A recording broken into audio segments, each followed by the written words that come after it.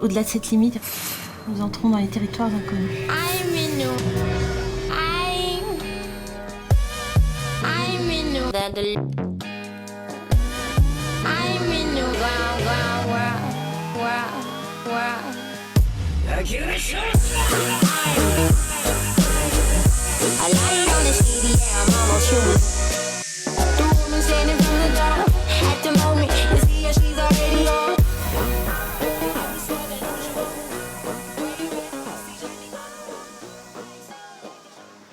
Bonjour à tous, je suis super heureux de vous présenter ce 5e numéro de Focus. Un sommaire alléchant aujourd'hui puisque nous irons à la rencontre d'un des membres du jury. J'ai nommé la réalisatrice et scénariste Elena Klotz. Nous vous emmènerons ensuite au 400 coups pour vous faire découvrir un film tourné en région Pays de la Loire. Cessez le feu avec Romain Duris. Mais d'abord, faisons un petit tour du côté de la compétition et intéressons-nous à Godless, un long métrage bulgare réalisé par Ralica Petrova. Godless raconte l'histoire de Ghana, infirmière revendant les papiers de patients âgés. Entre addiction et religion, sa conscience se réveille. Nous avons rencontré Ralica Petrova, réalisatrice de ce premier long métrage qui se déroule en Bulgarie. C'est un film qui aurait pu se passer il y a 20 ans, et c'est malheureux, mais ça peut se passer aujourd'hui. Je ne le vois pas comme un film social et réaliste, dans la tradition des frères Dardenne par exemple. C'est plutôt comme en poésie, quand on veut exprimer une émotion particulière. C'est l'esprit de ce film. Essayer d'exprimer une certaine douleur que je remarque chez les gens en Bulgarie. La religion occupe une place importante dans la réalisation de la jeune cinéaste bulgare. Je joue avec la religion. Ce que j'essaye de montrer, c'est que la religion n'est qu'une addiction de plus. Le personnage prend de la morphine, va à des orgies ou boit de l'alcool. La religion remplace juste l'une de ces drogues. Après avoir été primée à Locarno pour ce premier long métrage, Ralica Petrova a appris avec joie sa sélection au festival Premier Plan. C'est un véritable honneur d'être ici, parce que la France est un pays où l'on apprécie énormément le cinéma. Et Premier Plan, en particulier, apprécie encore plus un cinéma qui est plus expérimental, un cinéma d'auteur.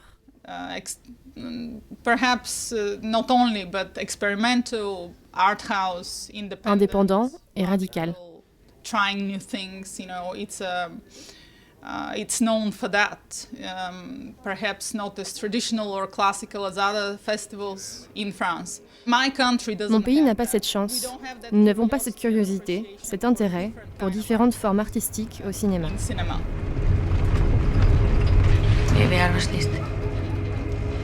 Service. Nearbook.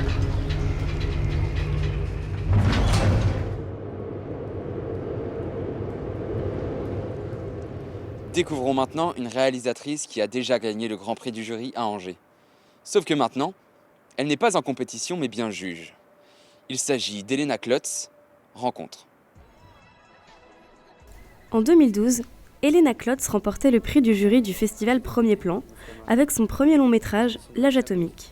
Revenons avec elle sur ce précieux souvenir. C'était le premier dans tout, premier festival, premier film que je faisais vraiment, et du coup d'avoir eu le Grand Prix, j'avoue que ça m'a encouragée énormément. Ça a été une bonne étoile pour le film pour la suite aussi, et ça m'a donné confiance en fait. Elena Klotz ne se contente pas de réaliser des films. Elle a été par le passé assistante de casting et de théâtre, collaboratrice artistique aux côtés de Jacques Audiard pour Dipan, et réalisatrice de documentaires et de clips, notamment pour le chanteur Philippe Catherine. C'est vrai que moi je faisais beaucoup de photos, beaucoup de théâtre, beaucoup de dessins, beaucoup de musique, et en fait j'aimais un peu tout. Et c'est mon père qui m'a dit, mais tu sais, le cinéma c'est un peu tout ça à la fois. Donc en fait je m'étais jamais vraiment posé la question. D'un coup il m'a dit, mais tu sais, la mise en scène de cinéma c'est ça. Et c'est pour ça qu'après j'aime bien travailler avec les autres réalisateurs, parce que j'aime bien travailler à différentes places.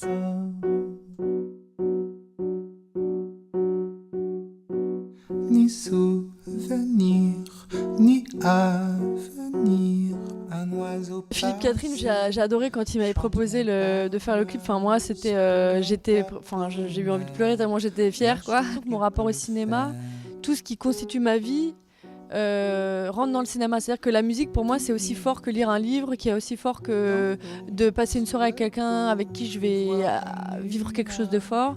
Enfin, et la musique fait partie totalement de mes inspirations, d'un mood, d'un état d'esprit, d'une sonorité qui va forcément après énormément influencer la vibration du film que je vais faire. Donc quand on se met dans tel style, ça génère tel type d'image, tel type d'esthétique. Et voilà, la musique, c'est une sorte de panneau de signalisation pour moi. Outre la musique, on retrouve dans le cinéma d'Helena Klotz un thème essentiel, la jeunesse. J'ai l'impression que ce qui me charge aujourd'hui, il y a beaucoup l'enfance, mais il y a beaucoup de ce moment d'adolescence où tout est un peu extrême. Enfin, en tout cas, c'était mon adolescence. J'avais un rapport assez extrême à la vie, beaucoup moins maîtrisé qu'aujourd'hui.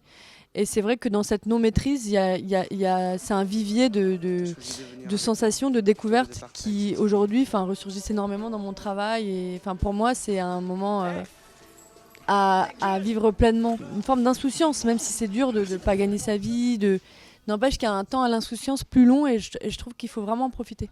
Ayant une tendresse particulière pour ce bel âge fait de frivolité et de découverte, Helena Klotz livre aux jeunes réalisateurs quelques conseils tirés de sa propre expérience. Je dirais aux jeunes réalisateurs qu'il faut vraiment qu'ils aillent à l'endroit où ils se sentent le plus fort et où ils ont le plus de désir. C'est-à-dire, je dirais qu'il n'y a pas de règles, il n'y a pas d'école, il n'y a pas de... Le seul endroit juste, c'est l'affirmation de soi à 200% et de faire confiance à vraiment ce qu'on sent être notre propre singularité. Le réalisateur d'origine angevine, Emmanuel Courcol, a présenté lundi son nouveau film, Cessez le feu, en avant-première aux 400 coups à Angers. Romain Duris y interprète un héros de la Grande Guerre qui essaye de se reconstruire après avoir vécu les horreurs des tranchées. Et la particularité de ce film, ce qui nous intéresse nous, c'est qu'il a été tourné en partie en Pays de la Loire, à Nantes et à Bushman. Regardons le reportage de notre équipe. C'est dans sa ville natale qu'Emmanuel Courcol a présenté son premier film, Cessez le feu, un film dont certaines séquences ont été tournées dans les Pays de la Loire. C'est émouvant d'être aux 400 coups parce que les 400 coups, moi j'ai connu ça quand j'étais plus jeune.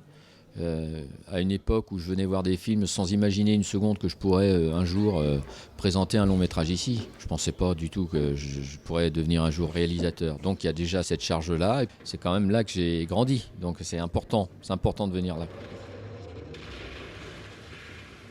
Pour la partie que j'ai tournée dans ma région, ce qui était intéressant, c'était que j'étais dans un décor familier. Donc j'avais pu le choisir parce que je le connaissais à l'avance. Et puis, moi, ça me parlait.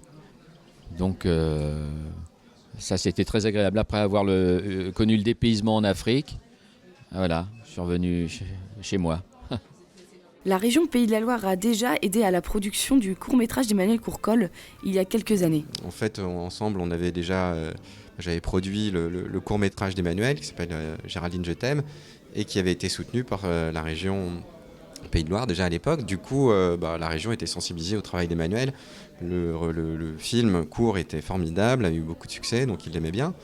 Et du coup, la région nous a soutenus, nous a donné de l'argent. Voilà, et du coup, c'était évidemment en contrepartie d'un certain nombre de jours de tournage. Et donc, on a passé, il me semble, 3 semaines entre Nantes et Angers. Le film a aussi été tourné dans différentes régions du monde avec différentes équipes. On est parti en Afrique à 10 personnes français.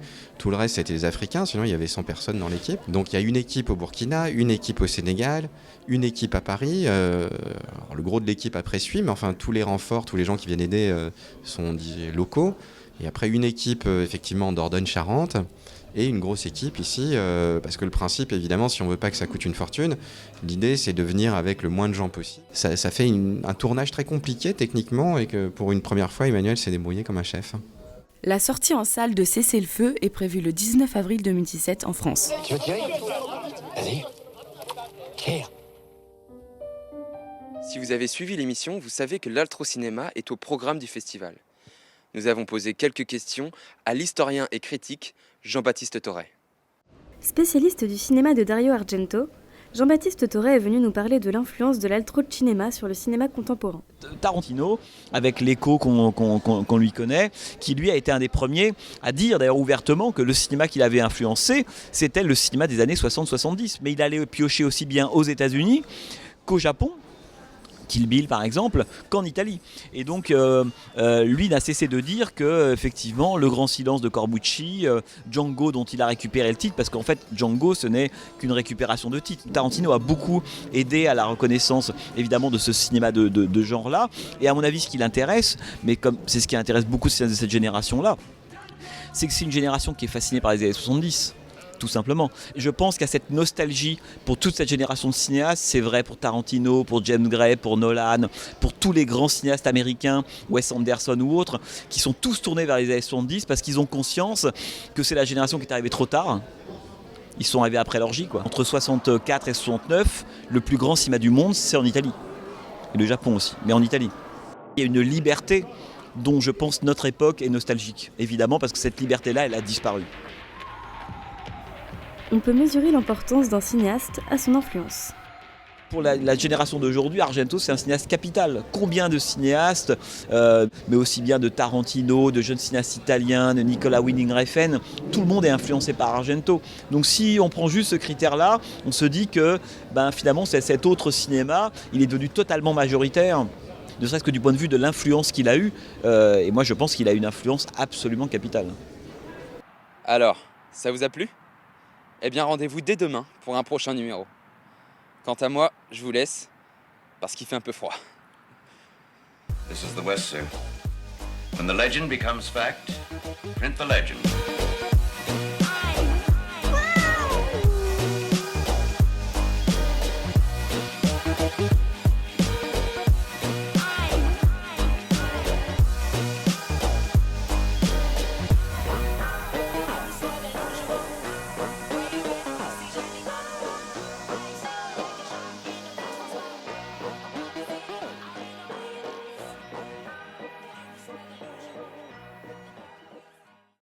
J'ai la faiblesse de penser que nous avons bien travaillé.